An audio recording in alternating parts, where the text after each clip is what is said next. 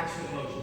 Oh. So, listen, I won the Libertarian Vice Presidential nomination in 2008. Came very close to winning the presidential nomination. I did it out of the blue. No one had ever heard of me. I'd never been a Libertarian. I didn't know a soul of the Libertarian Party. I think I was the test case for Donald Trump. Very similar beliefs, very similar attitudes, very similar outgoing, outspoken personalities, very similar energy levels. And I think I proved that you can go an awful long way with that energy level. I think libertarians, I'm not here to make the case, by the way. No one should be believing I'm here to make the case that Donald Trump is a libertarian. I'm not making that case. No one thinks he's a libertarian. He's a combination of conservative, populist, and nationalist. And by the way, I'm someone who believes no matter what the question is, the answer is America first, America first, America first, America first. Screw the rest of the world. America first. And always, you can't spend your life worrying about the rest of the world first, or you wind up with President Obama and this economy and this incredible mess around the world. Donald Trump has struck an incredible theme, an incredible pulse in the American people. He's a populist, a nationalist, and a bit of a conservative, but most importantly, I think, for my purposes, a capitalist. And I never once, when I was running for the LP presidential nomination and won the VP slot, I never deceived anyone. I have libertarian leanings. I believe in freedom. I believe in smaller government. But I believe in capitalism above all else because it all starts with money. You can't be free without money. If government takes 80% of your money, you're not free. So I don't worry about little issues, side issues, and distractions that the average American doesn't even know or understand. They want a job, and they want a chance to take home their money. And they don't want the job to be 2 cents an hour like in China or India or Mexico. And they all understand that free trade, which I believe in with every fiber of my body, is a massive failure because it isn't free. It's a lie. It's a made-up name. Real free trade is free. We're not exhibiting it, and we're not living in a capitalist society. We're living in a crony capitalist society. If you want to know whose side you should be on, because there's only 2 candidates, please don't try and tell me there's a third or a fourth. There aren't.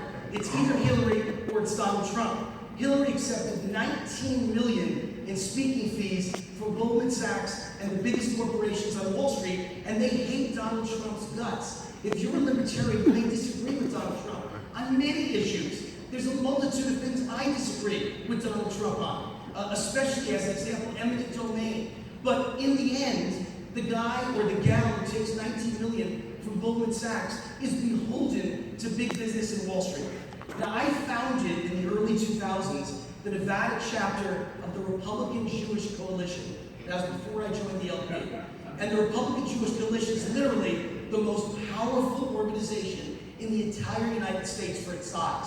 In the last election, the board of directors of the Republican Jewish Coalition, the board alone gave $19.7 million to Mitt Romney. Do you know what that board has given to Donald Trump?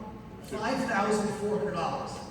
If that doesn't convince a libertarian, the $19 million to Hillary by Wall Street firms and speaking fees, and almost $20 million to Mitt Romney by Republican Jewish Coalition board members who are the biggest business CEOs in America, and now nothing to Donald Trump.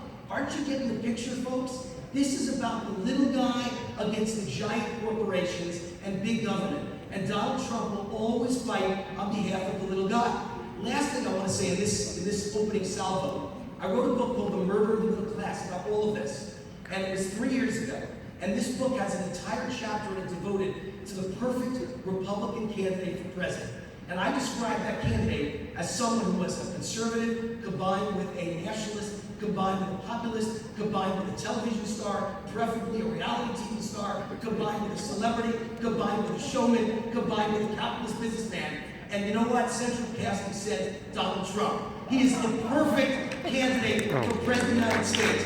If you want lower taxes, if you want smaller government, yes, he will absolutely fight for smaller government because he's the cheapest individual I've ever met in my life.